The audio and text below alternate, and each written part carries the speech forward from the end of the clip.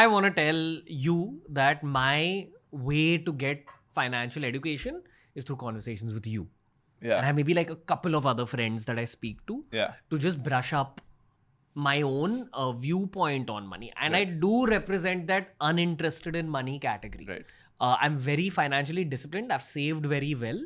But that's because I've focused on having these kind of hangout sessions a lot over the years. Right. So I want to ask you on behalf of those 22-year-olds and 23-year-olds who want a dream life in the long term, who want a great retirement phase, who want good money, but they're not wholly comfortable with learning about money. Right. They're intimidated by everything from what the word FD sounds like to Right. what real estate sounds like. Futures and options is very far off. Right. I So agree. this is me asking you to talk to people who are not even your audience. Perfect. Okay? Perfect. Talk to yourself at age 22. Knowing you, I would say talk to yourself at age 16. Okay. So firstly, let me tell you that even I learn by talking to other people who are smarter than me, right? There's only so much you can learn from books and watching a video. Yeah. Most of the aha moments that I've learned, like you said, what have you learned in the last 2 years?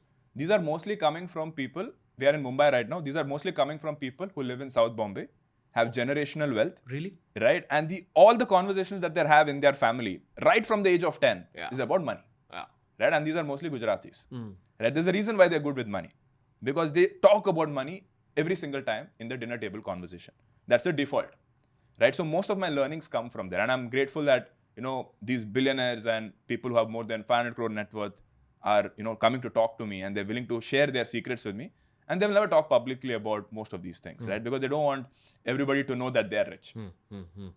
Now, coming to the Gen Zs over here who wants to retire forever on a beach in Goa, let's talk about that. So first, let's understand what is a good life, right? See, when I was 22 years old, I was making 27,833 rupees per month. At that point of time, in my head, a good life is me earning 1 lakh rupees a month, which is 12 lakhs a year. And if I could spend 30K per month, it would be a good life. Back then, I was like 1,000 rupees per day. If I can spend, I can go anywhere. And back then, Barbecue Nation was 500 rupees, eat all you want. Like that is the ultimate of, I'm a foodie, right? I love to eat good food. Which city were you in? Bangalore. Okay. I'm a foodie. Majority of my expense is food. And Barbecue Nation was the ultimate of food for me. Because you can eat anything you want and it's everything, right? So if 500 rupees I go and eat and I'm spending 1,000 rupees a day, that's sorted. And I spend, I'm obviously not going to think of owning an entire house back then. I'll own a 1-bedroom in a 3-bedroom apartment with my friends. And that would be a good life for me. 1 lakh rupees a month. Fast forward to today, which is 8 years later, obviously that's not the case because nobody predicted inflation to be this high in this country. Nobody thought the cost of living would increase this fast. Neither did I, right?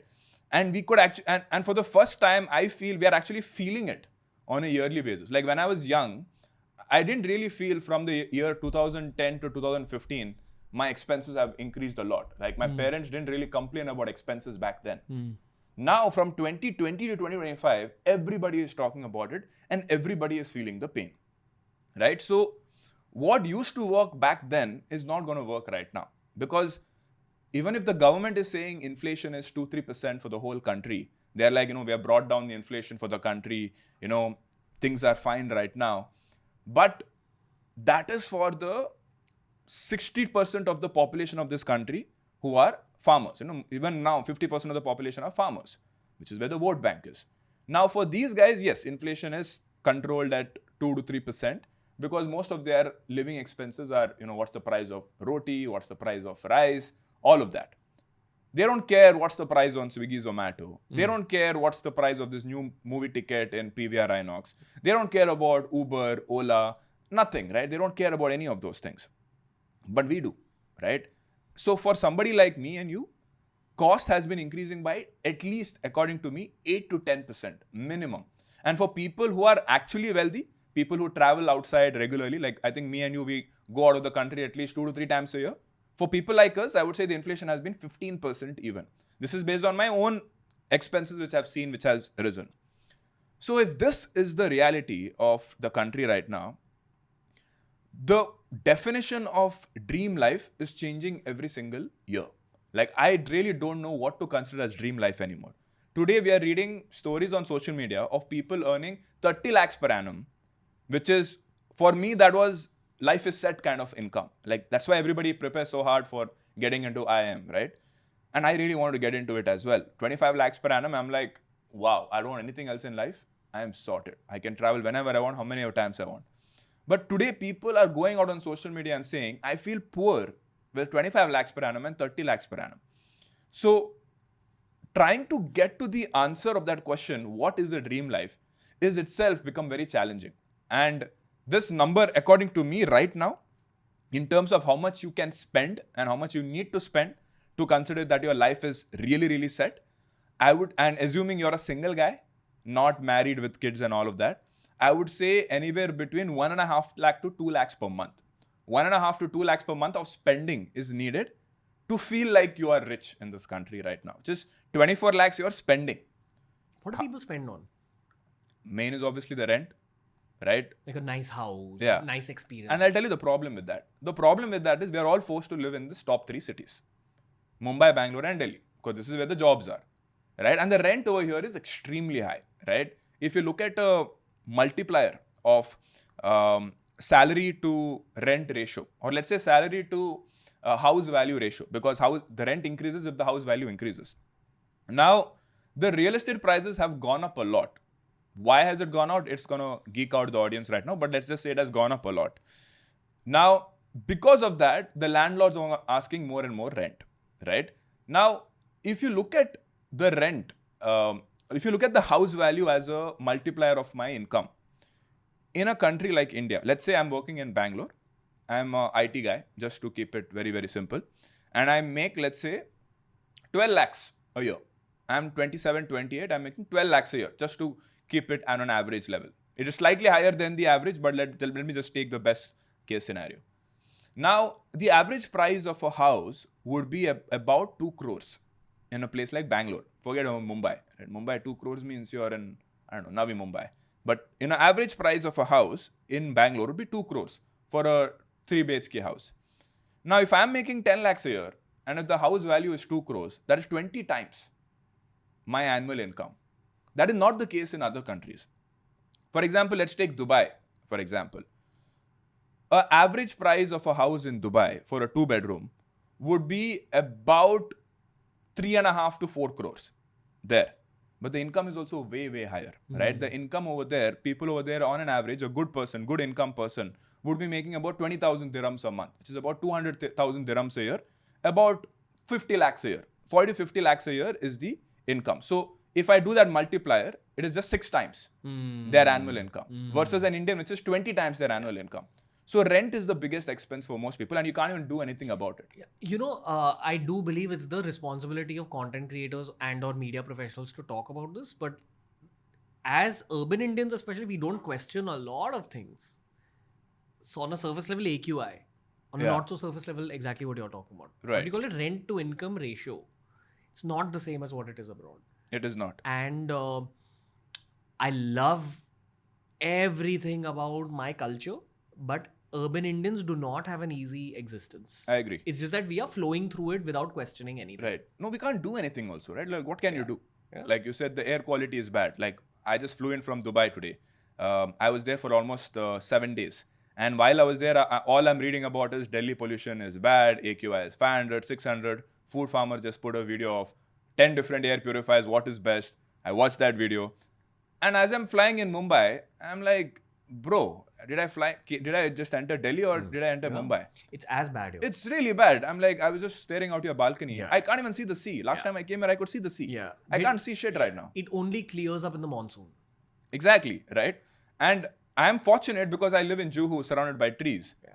But that's not the case for everybody who are living in probably Andheri, South Bombay. It's very bad, the pollution. It's also little things like when I'm sitting in my car, I know I'm losing an hour of my day minimum if I'm in Mumbai. And at night, the distance between my house and your house takes about 5 minutes to cover. Oh, really? Yeah. An hour? Yeah. Wow. Because of all the construction that's It's going like on. 2 kilometers. Yeah. It's like I really want Gen Zs to not just focus on concerts Yeah. and these kind of show off social media experiences, but Yeah. question things around you. Yeah. And if you can. You asked me where the money is going. This is also one of them, the concerts. Really? Right. Every month I go on, let's say, at least one concert. How Right. much is a concert ticket Like cost? 5,000 rupees it'll cost. 5,000. 5,000 rupees minimum. Which is a lot in the world of And that is events. not even a VIP ticket. When we mean VIP, they don't mean table. It just mean you get to stand in front and see the artist from front. You don't get a table for yourself where there's a butler coming and serving you drinks. But that VIP ticket where you actually get to see the artist in front, which is what most Gen Zs will want to do, because otherwise how will the pictures look good, right? Right? They want to be in front as possible. That will be like 10,000-15,000 rupees for a ticket. And they're spending it easily. Nothing. That is not something that I would have spent 10 years back. That's a new need that has come in 2025. Because number of concerts have increased in India.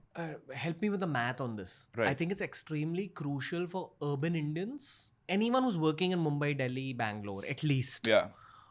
to visit one foreign country soon in their I life. agree. I Soon. agree. Soon is the key word because it gives you perspective. Don't even go too far. Just go to the Habibi land and China. That's it. Just go China? to these two countries. Yeah. Right? You will see that just 2 hours, 3 hours away from our country, the world is very different. Yes. Right? That is key. Yeah. And change your perspective. Learn to question the life you are given in urban India. And again, not blaming anyone here, but it's just the outcome of where we live. It is what it is. I've not met a single person my age who doesn't talk about the idea of leaving, either to the hills/Goa Yeah. or to I think Dubai there's or always Singapore. two crowds over here. One is people who are like thinking about leaving the country. Another one who are like anti-national. They're like, if you do that, you're an anti-national. So they're bringing patriotism to sort of support the fact that it's okay to live in an unhealthy environment. Right? So I recently saw a reel recently on my feed. I think Luke Coutinho, who keeps coming here a lot, right? He mentioned that he's cautioning people against having babies right now. Wow. That's what he said. And I was shocked when he's making a statement like that. And he's like people our age who are already grown up and already have some kind of immunity, we are the ones already facing problems. Imagine if a baby is going to be born in this kind of an environment, what's going to happen? Yeah. Right? And it's just going to increase your expenses, right? Because you're going to have to pay for all of those things, right? Because a baby which is born in a bad environment, it's just going to have more and more health issues. So I was shocked to see a video like that. Yeah. I never thought I would see a video where a doctor is saying don't have babies in India.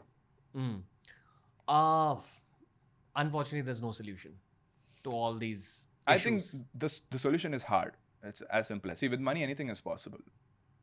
Like you and I, if we wanted to, we could just pack up our bags and move to Bali right now, in the next flight, and set up base over there. Like these sort of videos keep coming on me because Instagram has figured out that this guy wants to leave the country. Like, because I'm just watching Bali and Dubai videos a lot. It's not like I told Instagram, hey, I want to leave. But the algorithm understands it, right? Like they start showing me Bali a lot. And I'm sure it's common for all of us. Yeah. Bali is very popular in our feeds right now.